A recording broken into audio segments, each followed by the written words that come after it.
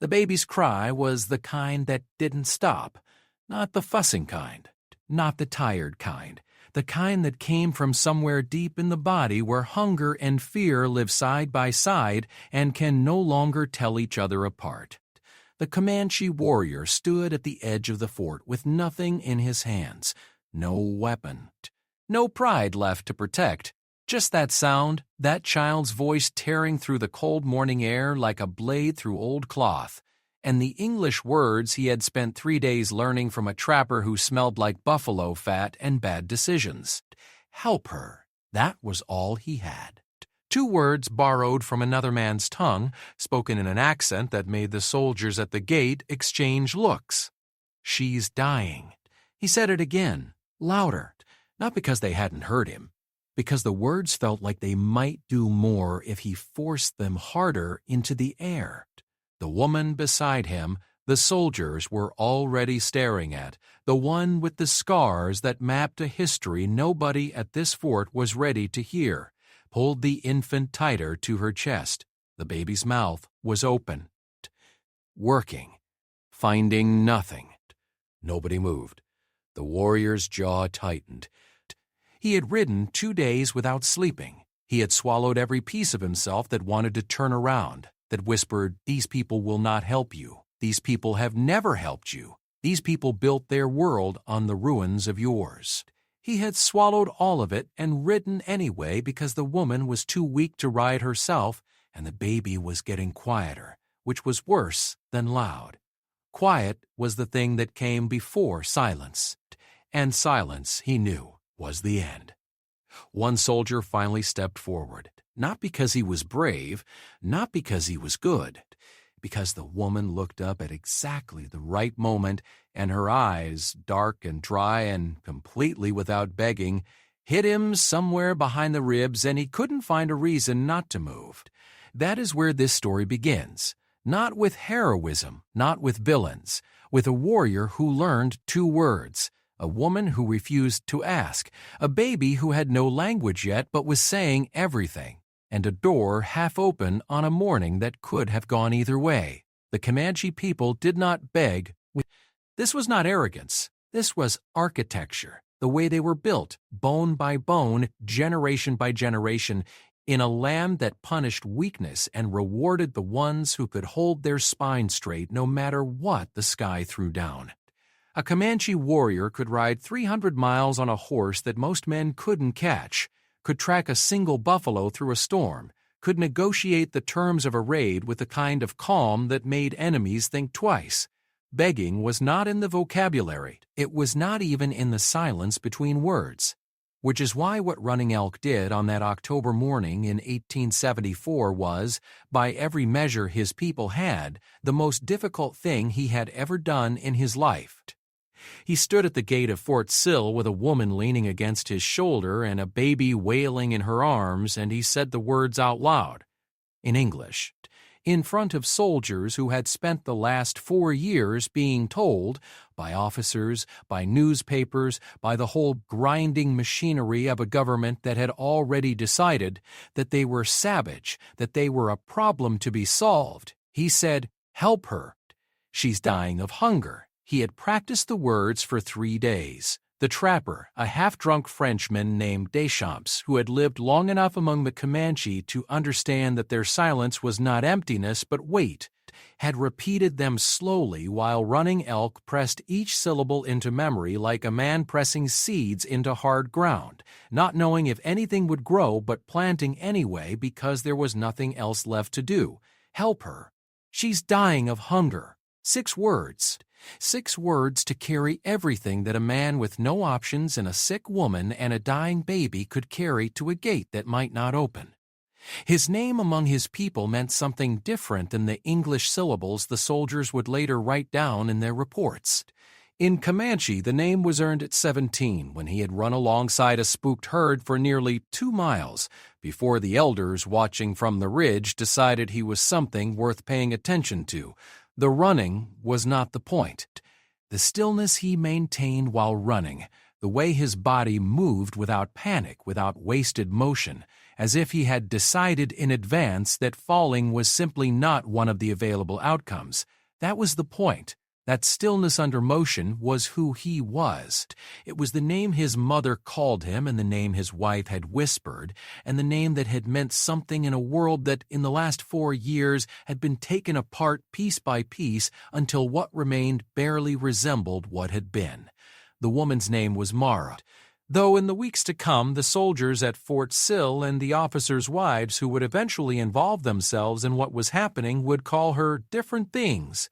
The scarred woman, the captive woman, the white woman, as if her origin was the most important fact about her, as if the life she had lived in the decades since she was taken from a settlement in Texas, the children she had buried, the language she had learned, the scars she wore on the left side of her face and down her neck and onto her collarbone, as if none of that was the story, as if the story was only the accident of her birth. Mara herself never corrected them. She had learned somewhere in the long education of surviving that correcting people cost energy she rarely had to spare. The baby was not hers by blood. This was one of the first things Running Elk would eventually communicate to the interpreter at Fort Sill, through a chain of translation that lost things at every link. Comanche to Kiowa, Kiowa to a broken English the interpreter had assembled from years of listening at the edges of treaty talks. The baby's mother had died 6 days earlier from a fever that came quickly and left nothing. The baby's father was Running Elk's cousin, already dead, 2 months before that, in a way that Running Elk described with 2 words and then stopped, and the interpreter understood enough to not ask him to continue. The baby was a girl. She was approximately 8 weeks old. She had no name yet. Among the Comanche, names were not given at birth. They were earned or witnessed or dreamed, and 8 weeks was not enough time for any of that. But the baby had a voice. Even starving, even at the thin fraying edge of everything, she had a voice that Running Elk had listened to for 6 days while he tried to find milk, tried to find any woman who could feed her, found nobody because the sickness had moved through their band like fire through dry grass, and there were too many who needed too much and not enough of anything to go around. He had come to Fort Sill because there was nowhere else. This is a thing that history books flatten when they tell it, if they tell it at all. They say the Comanches surrendered. They say the Red River War ended with the bands coming in. They list it like weather. This happened, then this. What they do not say, what the flat language of historical record cannot hold, is what it cost. What it meant for a man like Running Elk who had spent his entire life inside a world that made sense on its own terms, to walk toward a gate that represented everything that had eaten that world and ask for help. There is a particular quality of humiliation that is not shame. Shame lives in the self. This other thing lives in the gap between what the world was and what it has become. Running Elk did not feel ashamed walking to that gate. He felt something that had no word in English and barely had one in Comanche, a grief so structural that it had stopped feeling like grief and started feeling like weather, like the cold, like something you move through because standing still was not an option. Behind him, 2 men from his band waited at a distance. They had not argued with his decision to come. Arguing would have meant there were other choices. There were no other choices. They had watched him ride out with the woman and the baby, and they had watched until the fort silhouette swallowed all 3, and then they had stood in the gray morning doing what Comanche men had never been built for, waiting for someone else to decide.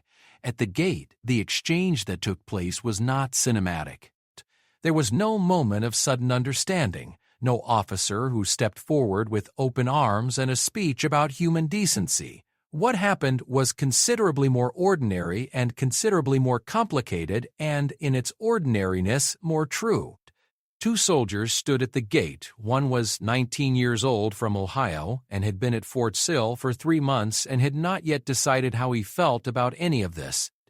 The other was 34, a man named Corporal Hayes who had been in the Army long enough to have seen things that had organized his feelings into a simple system: follow orders, Keep your head down. Don't get attached to outcomes. Hayes looked at Running Elk and then at the woman and then at the baby, and his expression did exactly what a 34-year-old soldier's expression does when it is trying very hard not to do anything at all. The young soldier from Ohio, his name was Private Alderman, and this moment would stay with him long enough that he would describe it to his daughter 30 years later, and she would write it in a letter that would eventually find its way into a small regional archive in Kansas. Private Alderman looked at the woman. Mara's face was not asking anything. Her eyes, which were the color of creek water in autumn, not quite brown and not quite green, were open and direct and entirely without the quality that most people expect from desperation. Most desperation performs itself. It leans forward. It reaches. It makes its need legible, wears it like a sign, because it has learned that legible need is more likely to be met. Mara had learned the opposite lesson. She had learned it the hard way, in a way that left marks. She held the baby and she looked at the soldier, and she did not ask. She simply was there, which somehow landed harder than asking. Alderman stepped forward. Hayes said his name. A warning. The tone of a man who had a system and could see it about to be disrupted. Alderman kept walking. He reached the gate and he looked at the baby, and the baby, as if it had been waiting for exactly this, let out a sound that was less a cry than a statement. The sound of a body insisting on its own continued existence with whatever resources it had left. Alderman opened the gate. Later, he would not be able to explain why, exactly, in the way that people cannot always explain the moments when they simply do the thing that needed doing. He would say to his daughter, to his grandchildren, to the version of himself that replayed it, "She looked at me and I could not find a reason to keep the gate closed." Which is not a reason. Which is exactly the point. Running Elk walked through with Mara and the baby, and Hayes did not stop them, because Hayes, for all his systems, was also not entirely made of stone, and because the baby's voice had changed from statement to something quieter, and that quieter sound was harder to bear than the loud one. Inside the fort, the morning was continuing its ordinary business. Horses in the corral. Smoke from the cookhouse.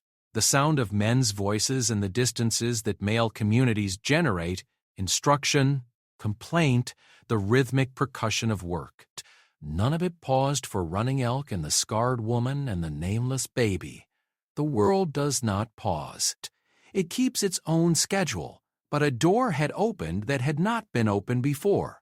And what walked through it? The grief, the need, the particular history written in the scars on a woman's face, and the silence of a man who had ridden 2 days without sleeping and had spent 3 of those learning 6 English words. All of it walked through too. An interpreter was found. A young Kiowa man named Thomas, who had spent 2 years at a government school in Kansas and wore his knowledge of English like a coat that didn't quite fit. Useful, necessary, occasionally uncomfortable. Thomas sat with Running Elk in the office of Lieutenant Colonel Mackenzie's adjutant, a small tired man named Porter who had paperwork stacked in piles that suggested someone had once had a system and abandoned it. Porter looked at Running Elk with the expression of a man who has too much to do and has just been handed more. The story came out in pieces. The band Running Elk belonged to had been moving south for 2 weeks. They had been avoiding the Army patrols, which was reflex at this point, not strategy. Strategy required options, and options had been dwindling for months. The sickness had started 3 weeks back. Not the slow kind that announces itself, the fast kind. 3 people in 4 days? Then more. The baby's mother had been the 7th. Running Elk did not enumerate the others for Thomas. Thomas did not ask him to. Mara sat in the corner of the room with the baby pressed to her chest and her eyes on the middle distance. She had not spoken since they entered the fort. Porter noticed this and misread it as shock. It was not shock. It was the specific conservation of a woman who had learned to spend her words carefully, the way you spend water in a dry season, only when necessary, only where it will do something. She was listening. to the translation, to the way Thomas's English softened certain things and sharpened others, the way translation always does.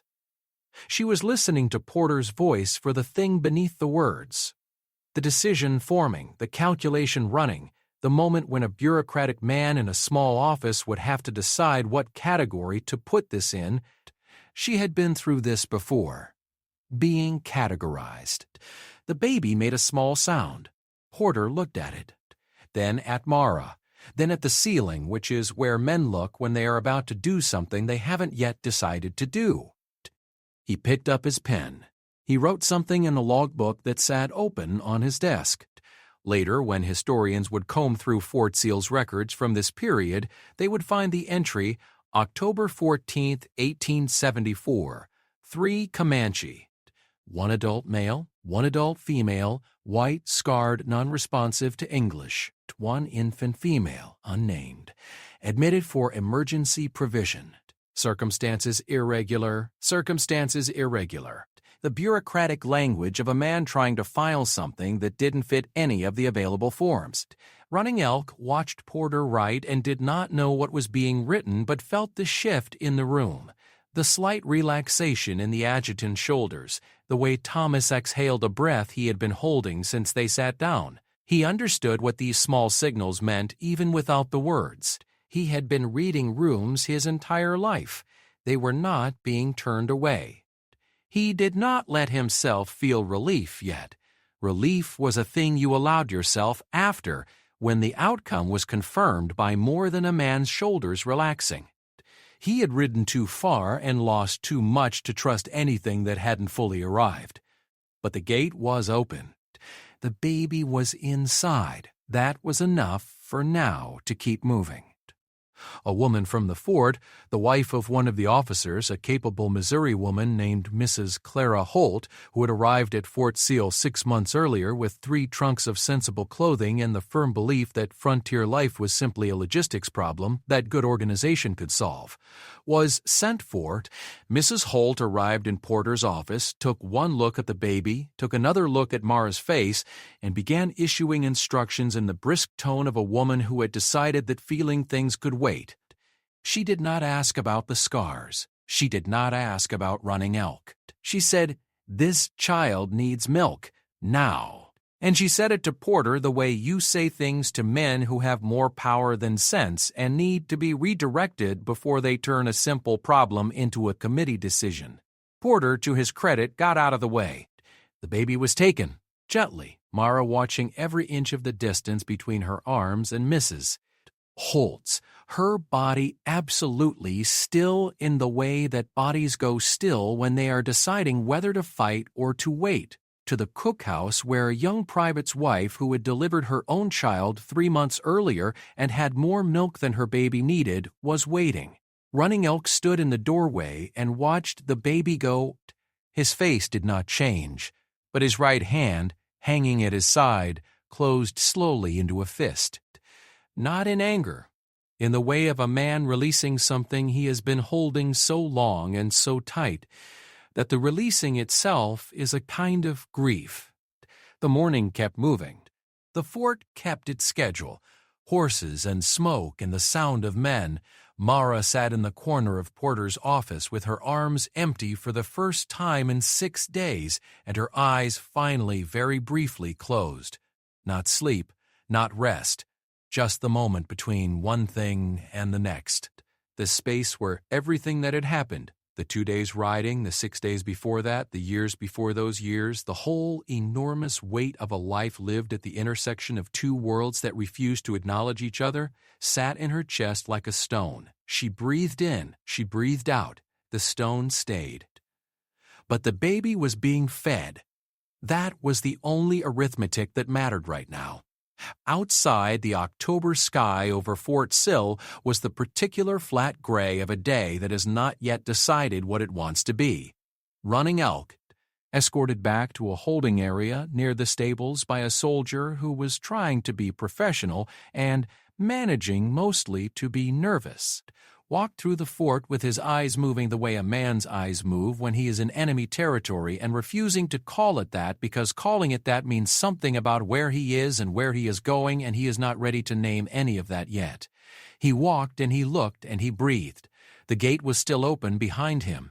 Not open enough to mean safety. Not open enough to mean anything had changed in the long, impossible story of what the army was doing to his people and what his people had been trying to preserve and what was being lost every month in ways that no single battle explained, but open enough that a baby was being fed. Open enough that a woman who had been carrying too much for too long was sitting in a chair somewhere inside these walls with her eyes closed. Open enough that running elk who had ridden 2 days and learned 6 words and swallowed everything a man like him was built to never swallow had not done it for nothing. Not yet. The gray sky held. The morning kept going, and somewhere in the cookhouse the baby, whose name had not yet been dreamed or earned or witnessed, drank until she stopped making the quiet sound. The sound that was worse than loud. The sound that was the edge of silence. She drank and she stopped making it, and she made a different sound instead, small and involuntary and entirely animal, the sound of a body that has been brought back from the edge and doesn't know it yet but is already turning away from the dark. Running elk could not hear it from where he was, but he would know it had happened. The way you know certain things, not because someone tells you, but because you have been paying attention long enough that the world's silences become as readable as its words. He sat in the holding area near the stables, and he was still, and the morning moved around him like water around a stone, and the gate behind him stayed open. Mrs. Clara Holt had a system for everything except this. She had a system for rationing flour when the supply wagons were late. She had a system for managing the laundry rotation of 11 officers' households with 2 shared tubs and 1 overworked woman named June who had the arms of someone who had been wrestling wet wool since birth. She had a system for the particular social mathematics of fort life, who sat where at the colonel's table, whose husband outranked whose, how to distribute the limited goodwill of a frontier posting among women who had all left real lives behind to be here and were not always gracious about it. She did not have a system for the scarred woman who sat in the corner of Porter's office and would not speak. Would not speak English. Clara had already processed the possibility that Mara had forgotten it, had it pressed out of her by a decade of a different language, the way a second language can evict the first if the first has nowhere left to live, that Clara could work with. She could find the interpreter. She could be patient. But Mara was not speaking anything. She sat with her arms folded across herself, not crossed in the defensive sense, but held, like her own arms were the last warm thing she had access to. And she looked at a point on the wall slightly above and to the left of wherever Clara was standing, and she breathed in a slow, deliberate way that Clara recognized after a moment as the breathing of a person who was managing something very large from the inside. Clara had done that breathing herself. After what happened with her first child, which she did not think about directly but carried the way you carry a stone in a coat pocket, it's there, you know it's there, you don't reach for it unless you have to. She pulled a chair close to Mara's and sat down. She did not say anything. She had learned in the 6 months of Fort Sill that there were moments when saying things was what you did when you couldn't stand the silence, not when silence was actually the wrong choice. She sat and she folded her own hands in her lap and she waited. The office smelled like pipe, tobacco, and old paper and the slightly metallic smell of the stove running low on wood. Outside, the fort's morning was doing its thing. The distant percussion of activity, the horses, the particular quality of male voices in a space built entirely around male concerns. Inside, 2 women sat in the middle of all that noise and were very quiet. After a while, Mara said, "Is she eating?" Her voice came out rough, unused, like a door that had been shut long enough to stick. Clara said, She's doing well." A pause. Mara's hands, Clara noticed, were clasped in her lap now, tight. The knuckles were pale. Good. Mara said, That was all. But Clara heard everything under it. The 6 days of holding a baby who was getting quieter, the 2-day ride, the standing at the gate. She heard all of it in that one word, and she did not say any of it back to Mara because Mara did not need it reflected at her. She needed it received. Those are different things. Women who had been through what Clara suspected Mara had been through did not need the mirror. They needed someone to simply take the weight so they didn't have to hold it entirely alone for 1 minute. Clara said, "I have some food. If you want it as pot, then directly." For the first time, her eyes were the creek water color.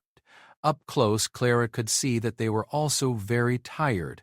Not tired the way tired usually looks, which is soft around the edges, but tired the way old wood is tired, the tiredness of something that has been load-bearing for a long time and has the grain to show it.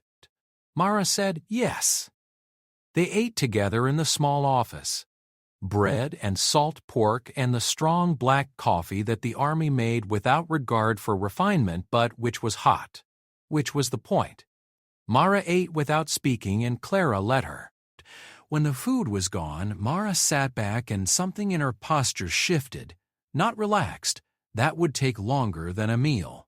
But the quality of her tension changed, from the rigid maintenance of a person who cannot afford to let go to something slightly less architectural, the difference between holding a wall up and simply leaning against it. Clara, who had been thinking about the scars since she walked in, not with pity which Mara would have felt from across a room and reacted to accordingly, but with the genuine curiosity of a woman who understood that scars were a form of history and history was the only way to understand anything. She asked, "What do you need?" Mara turned the question over.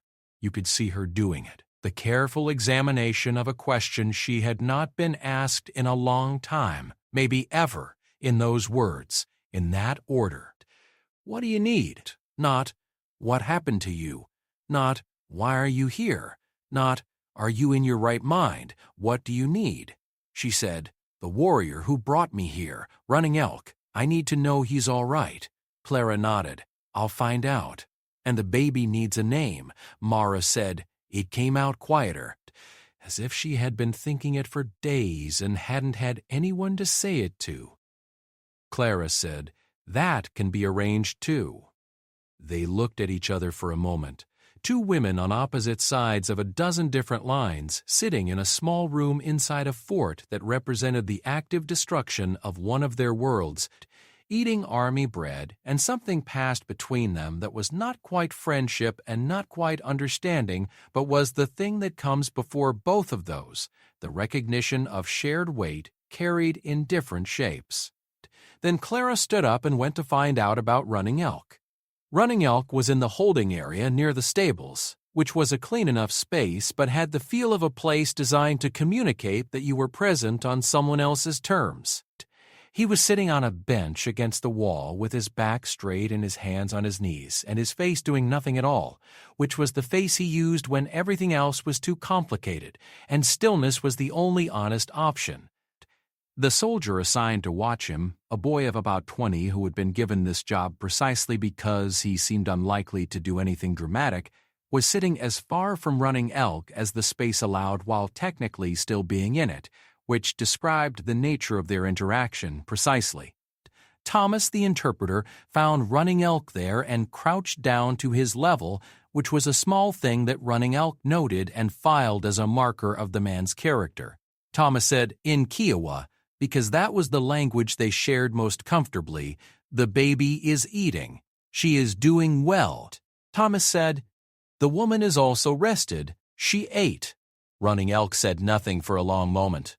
Then he said, in Comanche, slowly enough for Thomas to follow, how many of my people have come in? Thomas understood what he was asking. Not about the baby. About all of it. About what was happening.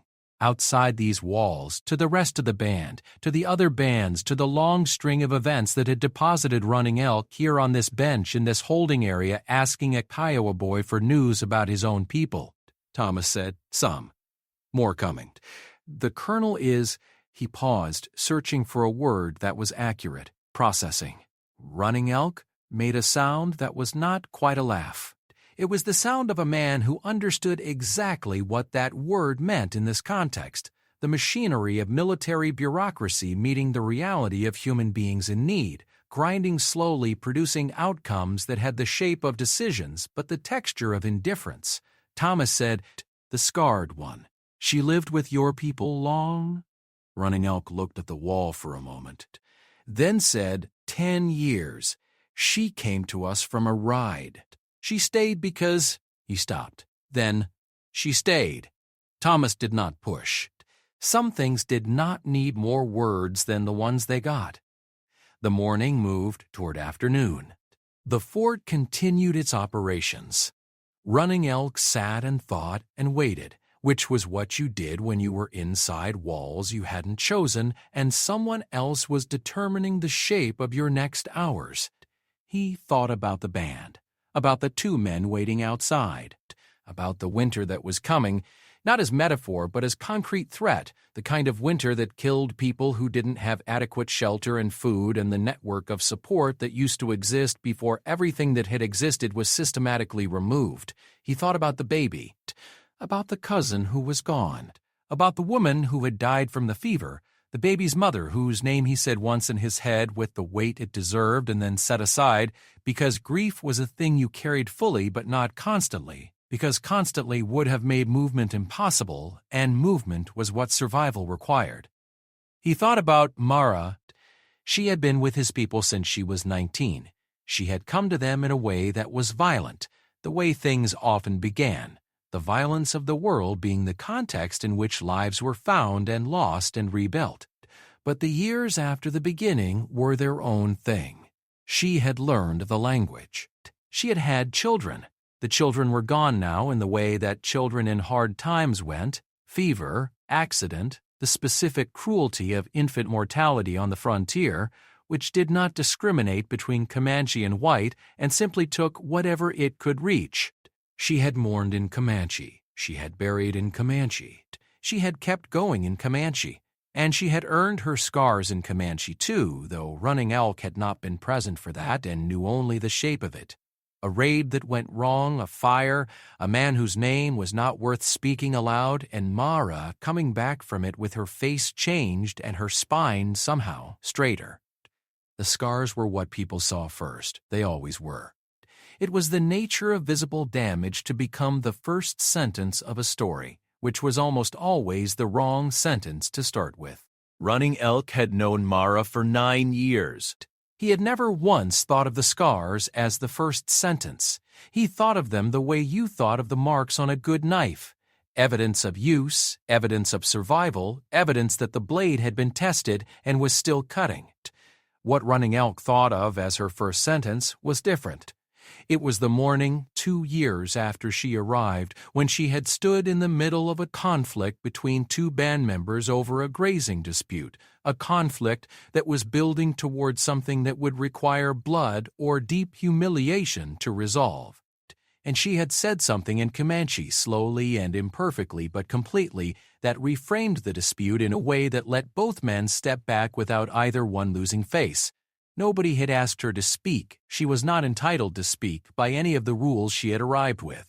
She spoke anyway, and the thing she said was not clever. It was not diplomatic in the way that the word diplomatic implies calculation.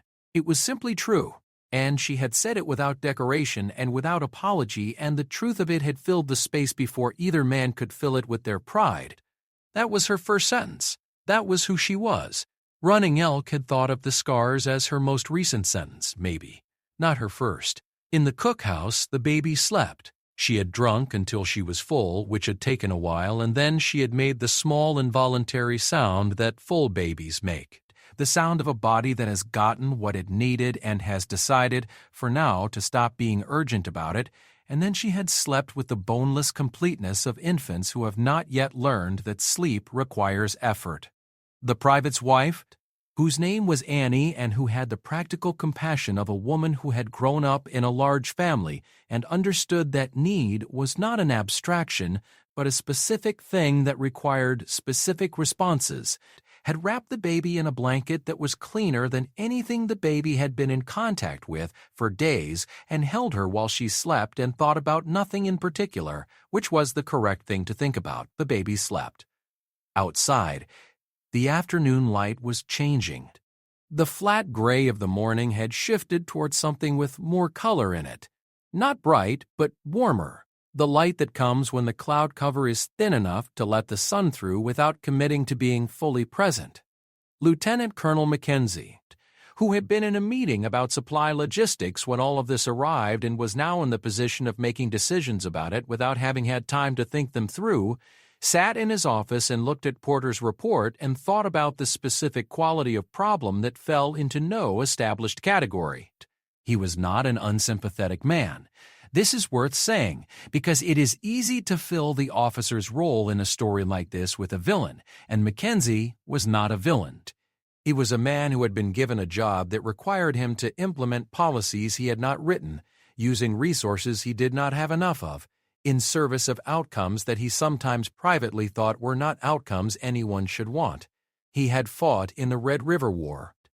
He had won the Red River War by the Army's definition of winning, which was destroying the Comanches' winter supplies and their horses and their ability to survive the season, and then receiving their surrender as they came in from the cold.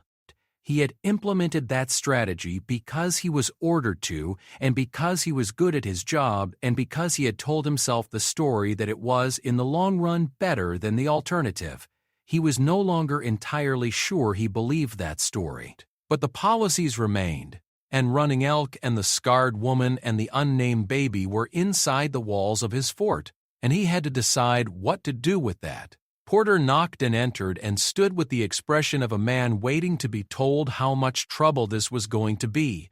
Mackenzie said, "The baby, how is she?" Porter said, "Eating, resting."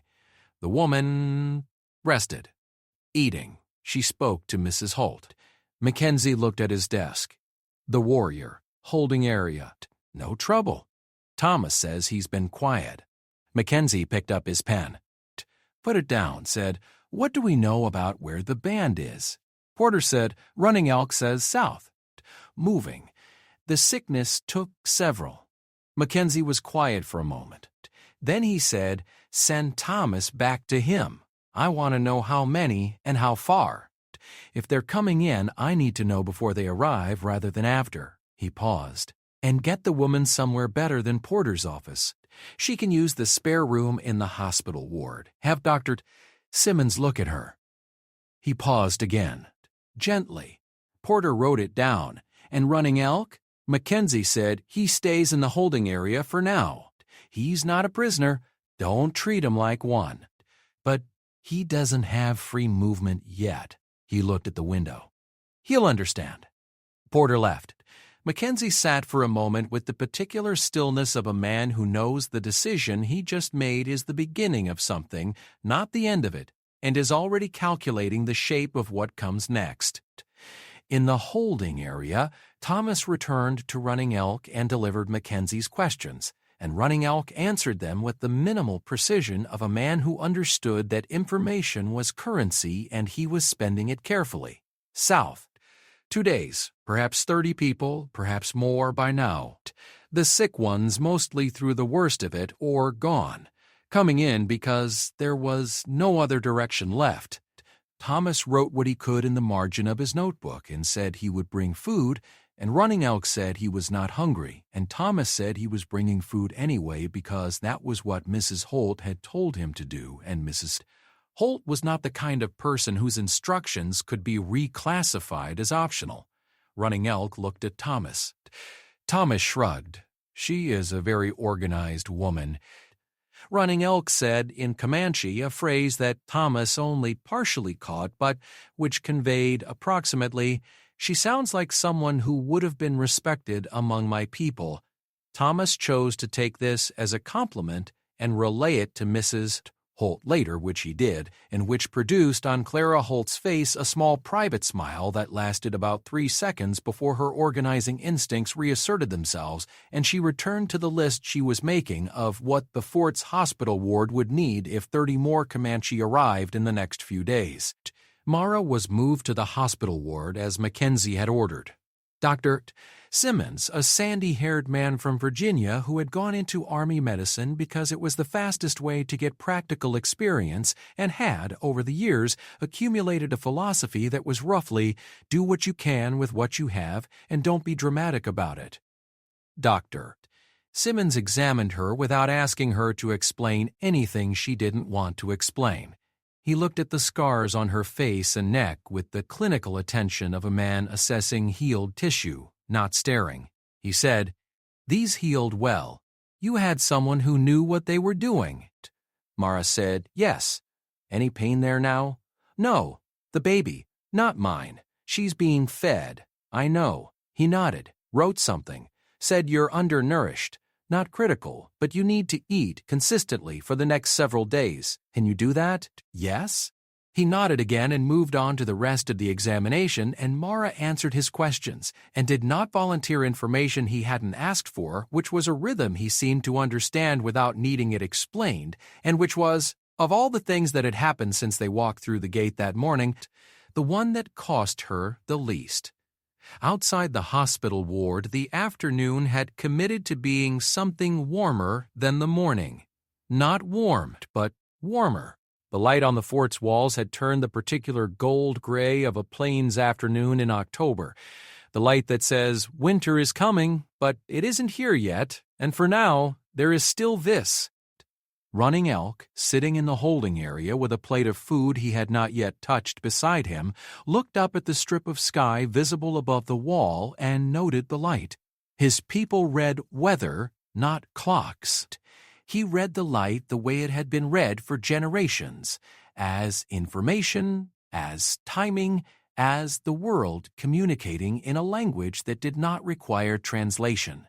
The light said, "This day is not over." The light said, "What happens next has not been decided." He picked up the food. He ate. The baby slept in the cookhouse, wrapped in a clean blanket, breathing the slow, even breath of a body that has chosen, against the odds, to continue. And the afternoon kept moving, and the fort kept its schedule, and the gate stayed open, and in the hospital ward a woman with creek water eyes lay on a cot that was harder than the ground she had slept on for years, but was inside walls that were keeping the wind out, and she thought about a name. Not for herself. She had her name. She had kept it all the years, the way you keep the one thing you carried from a burning house. Not because it was the most valuable thing, but because you had it in your hand when you ran and it had stayed there through everything. She thought about a name for the baby. Among the Comanche, a name was earned. But this baby was going to grow up somewhere between two worlds, the way Mara herself had, the way Running Elk's people were being forced to, the way the whole impossible geography of this moment was shaping toward. And maybe a name that could live in both languages was not a betrayal of either. Maybe it was something else. Maybe it was a door. She thought about it until the light outside the small window of the hospital ward went from gold gray to the deep blue of early evening, and the fort's sounds changed from the percussion of daytime to the quieter register of night settling in. And somewhere in the cookhouse a baby breathed in and out in the clean, regular rhythm of the continued Marin. Closed her eyes. She thought, tomorrow. Not as hope exactly, as fact. The same way Running Elk had ridden to the gate, because the alternative to tomorrow was not an option she was prepared to accept, and she had not come this far, through fire, through loss, through a decade of living at the seam where two worlds refused to acknowledge each other, to stop now.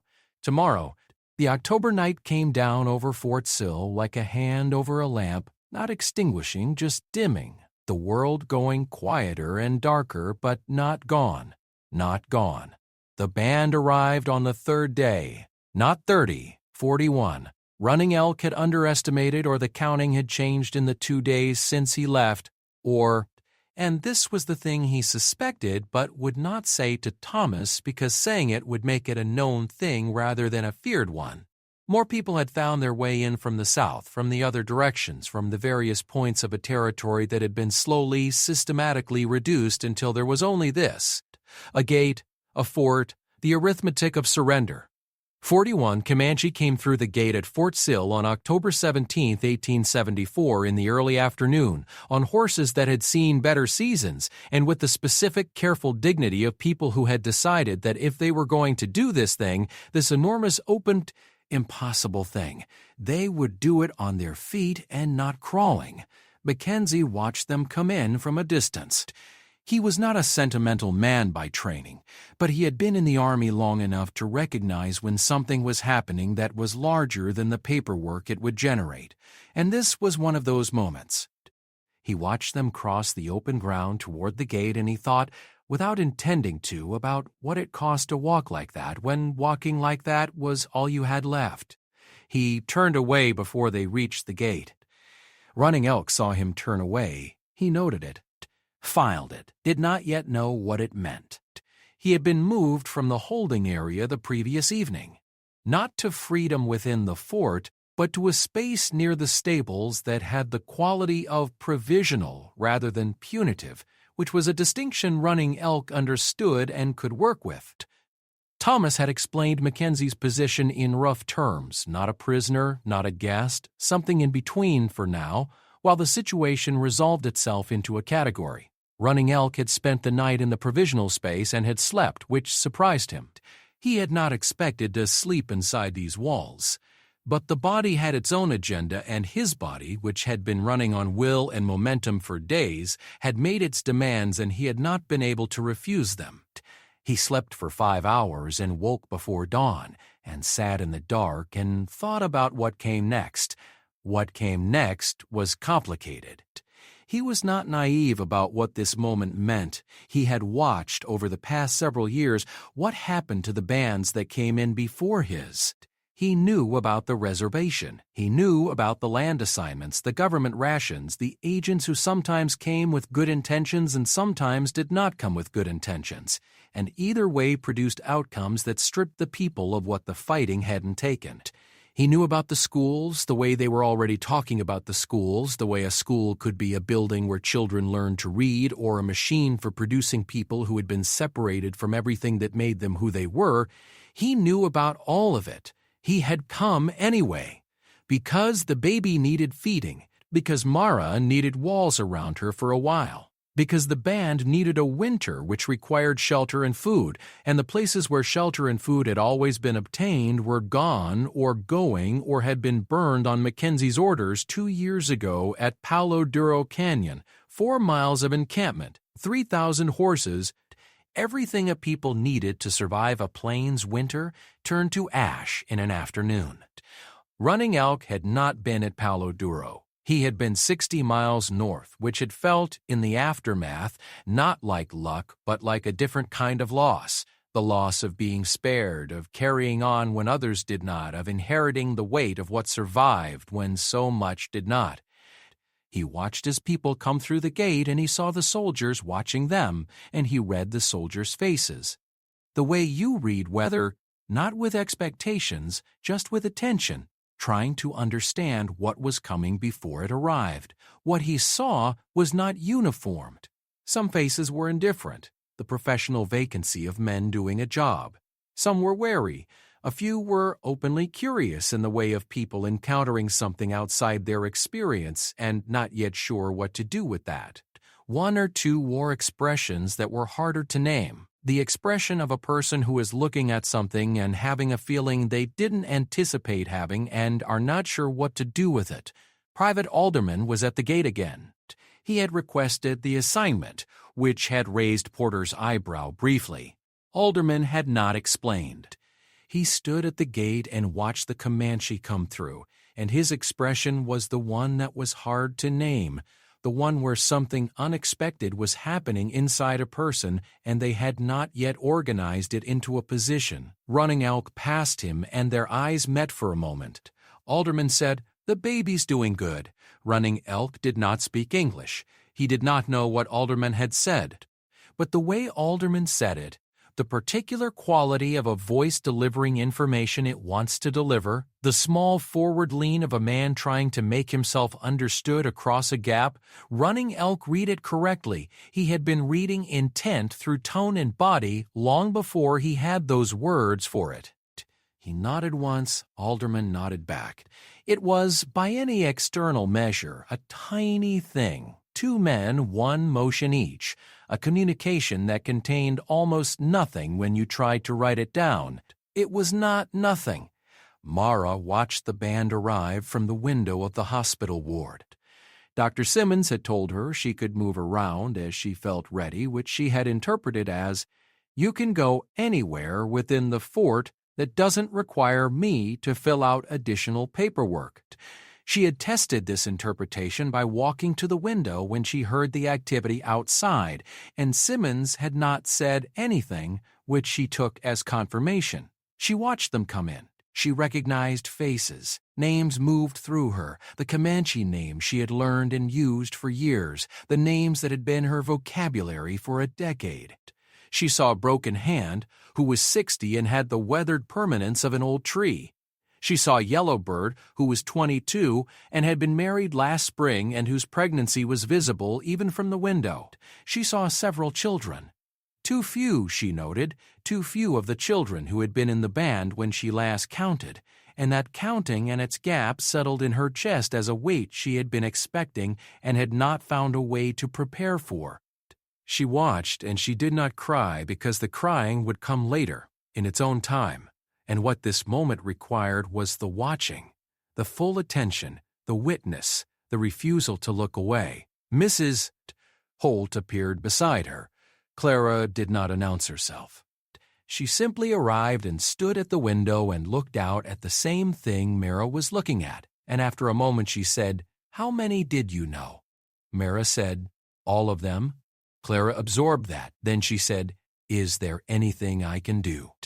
Clara Holt, who had a system for everything and had spent 2 days improvising, who had sent food to the holding area and arranged for the hospital room and told Thomas to make sure Running Elk knew about the baby and spent an evening reorganizing the fort's medical stores so that there was room for what was coming.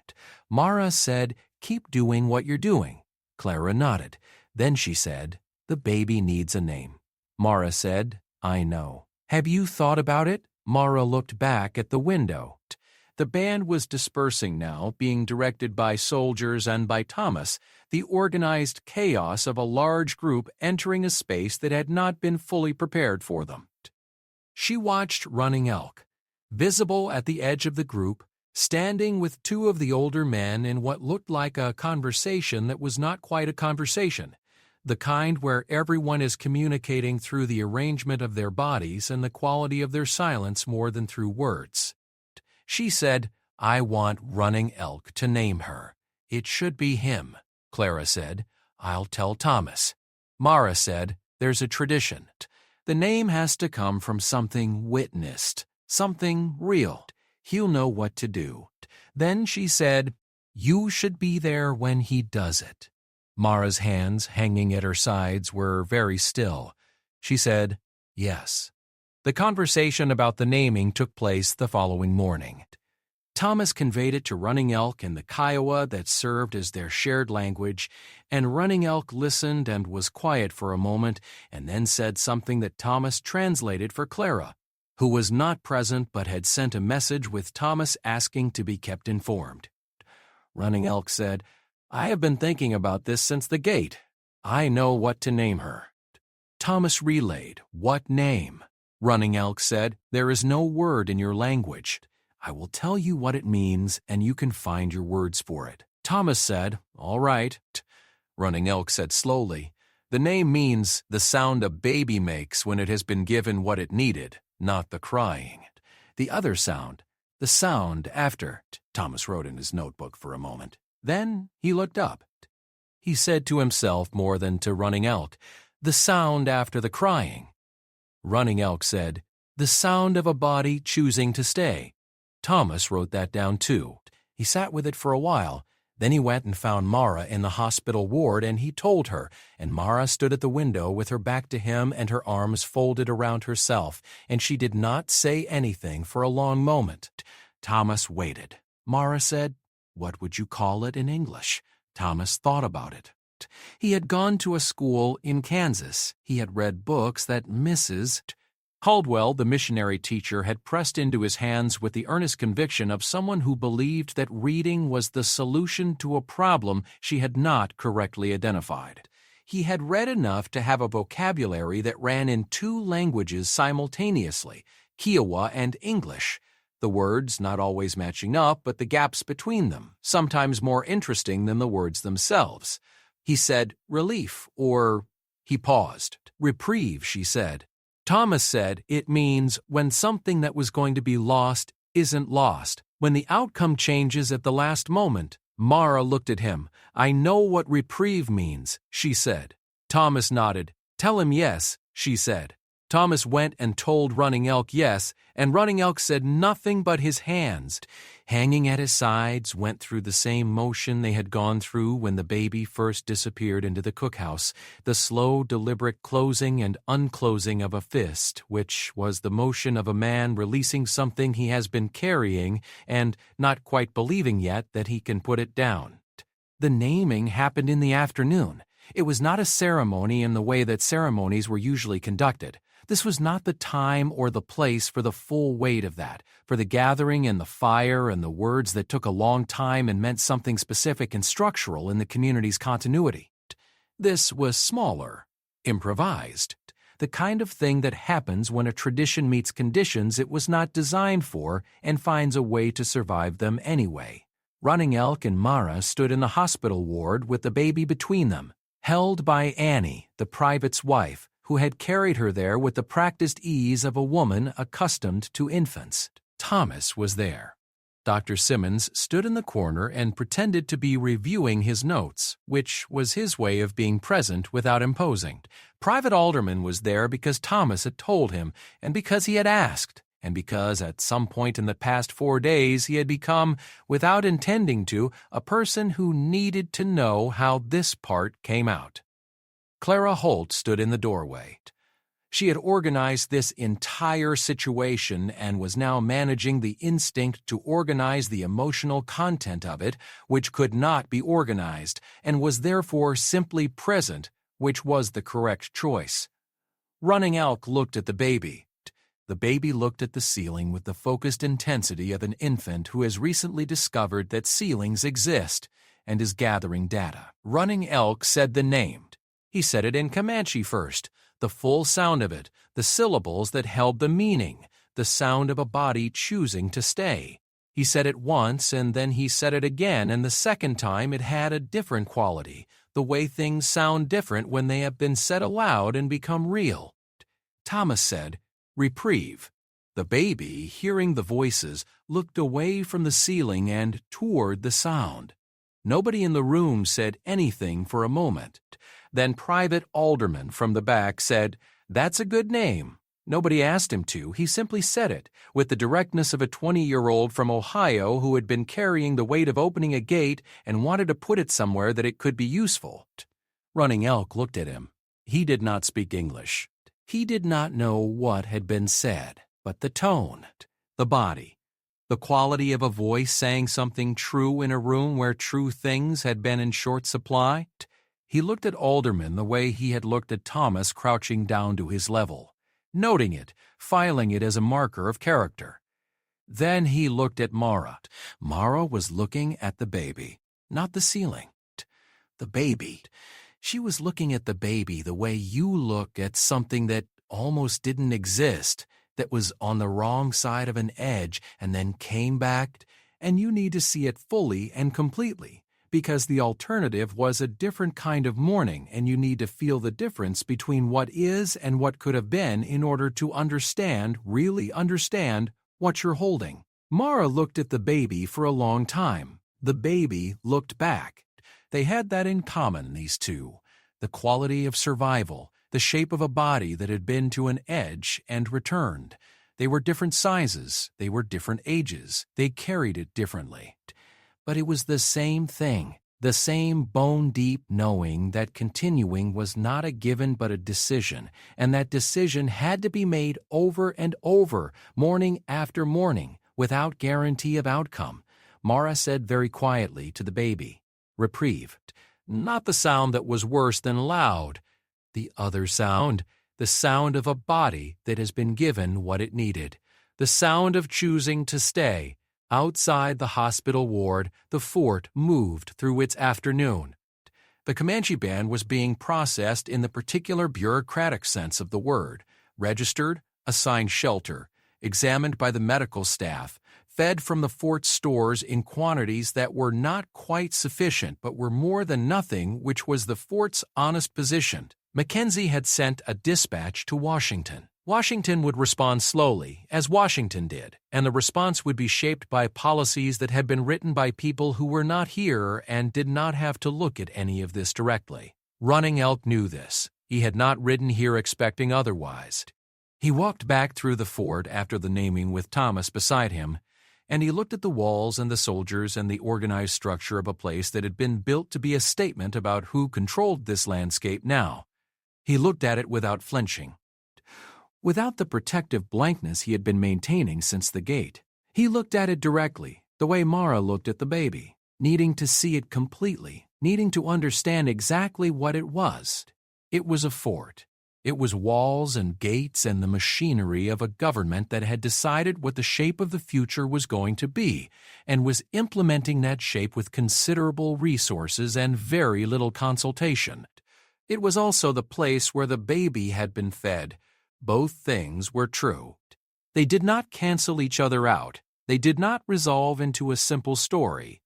They sat together in Running Elk's chest like two stones of unequal weight, and he carried them because that was what the situation required, and because he had not, in 40 years of living in a world that was never simple, he thought about what came next. Not today. Today was accounted for. Today had been managed, not perfectly, not without cost, but managed. The band was inside. The baby had a name. Mara was resting. The winter that was coming had been pushed a few days further by the walls of this fort and the organizational competence of a Missouri woman with too many lists. He thought about next week, next month, the negotiations that would happen, the ones with Mackenzie, the ones with Washington, the ones with the other bands, the ones within his own people about what survival meant now and what it was allowed to look like. He thought about the children, the ones present and the ones missing. He thought about Yellowbird and her pregnancy and what kind of world that child would arrive in. He thought about Reprieve, the baby who had come to the edge and come back. He thought about her name and what it held, the sound of a body choosing to stay, the sound of a crisis that had not become a catastrophe, the sound of a gate opened by a 19-year-old from Ohio who couldn't find a reason to keep it closed. In all the things he had known and lost and carried, Running Elk had never been what his people would call a man of hope. Hope, in the way the word was usually used, was for people who could afford to wait for outcomes. His people had not had the luxury of that kind of hope for a long time. What they had was something different. The willingness to keep moving in the direction of continued existence without guarantees, without the comfort of believing things would be all right, because the alternative to moving was stopping, and stopping was not available. That was not hope. That was something harder and more honest than hope. He walked through the fort in the October afternoon light, and he carried his two unequal stones, and he thought about next week and the week after that and all the weeks that a 41-person band would need to survive a winter and then a spring and then the long, complicated work of figuring out what survival looked like. This new, narrowed world. He did not have answers. He had the gate, which was open. He had the baby, whose name was Reprieve. He had Thomas, who was not quite a translator and not quite a friend, but was a man who crouched down to a person's level and paid attention and knew what to omit, which made him something useful in it. He had Mara, and Mara, as he had known for 9 years, was not a small thing to have. She was not soft. She was not easy. She was the person who said the true thing without decoration in a room full of men who needed to hear it and then kept walking, and the walking was the message. He would need that. They would all need that. The winter was coming. The negotiations were coming. The whole long, exhausting work of continuing was coming. But today the baby had a name, and Mara was sleeping, and the gate was open. Running Elk looked at the strip of sky above the fort's walls, the October sky, going gold now, going deep, and he noted the light with the attention of a man who had been reading weather his entire life. The light said, "This day is almost done." The light said, "Tomorrow has not happened yet." He breathed in the cold air of the plains afternoon, the air that smelled like grass and distance and the particular mineral clarity of a season turning, and he held it for a moment, that breath, in his chest. Then he let it go, and the fort kept its schedule, and the baby slept with her new name, and the gate stayed open in the gathering dark. "Help her, she's dying of hunger," the Comanche pleaded. The scarred woman clutched the weeping infant.